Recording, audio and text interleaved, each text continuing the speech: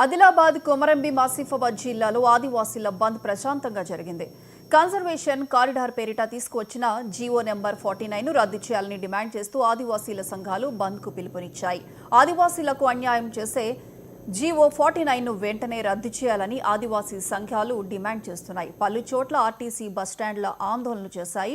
RTC బస్సుల రాకపోకలను అడ్డుకున్నాయి. వ్యాపార వాణిజ్య సంస్థలు దుకాణాలు మూసివేసి స్వచ్ఛందంగా బంద్లో పాల్గొన్నాయి.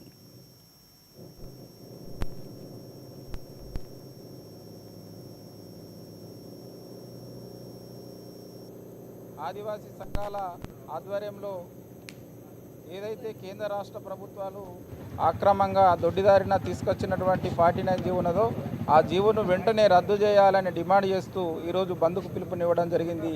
ఈ బంద్కు అన్ని వర్గాల ప్రజలు, ప్రజాస్వామికవాదులు, మేధావులు, వామపక్ష పార్టీల నాయకులు, విద్యార్థులు, యువజనులు, మహిళలు సంఘాలు ఇవాళ బంద్కు సంపూర్ణంగా మద్దతు ప్రకటించినందుకు వారందరికీ పేరు పేరున ధన్యవాదాలు తెలియజేస్తున్నాం.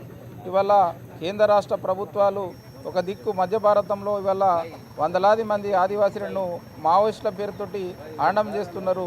మరొక దిక్కు ఇవాళ కొమరంభీము కన్జర్వేషన్ కారిడార్ పేరిట ఇవాళ 339 గ్రామాలను ఇవాళ లేపేసి ఇక్కడ ఆదివాసులను హతం చేయడానికి ఇవాళ ఇక్కడ పూనుకుంటున్నారు. కాబట్టి దీనిపైన తెలంగాణ రాష్ట్ర ప్రభుత్వం వెంటనే జోక్యం చేసుకొని ఆ జీవోను రద్దు చేయాలి.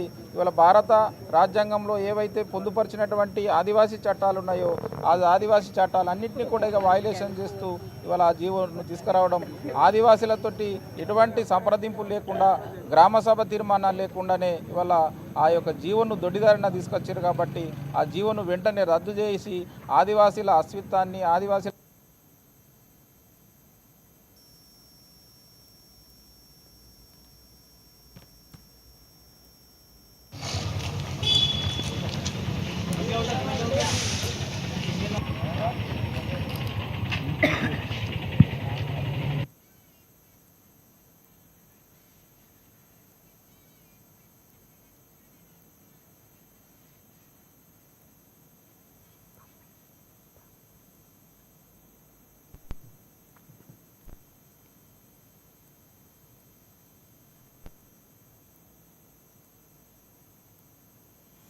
ఖమ్మం జిల్లా నూతన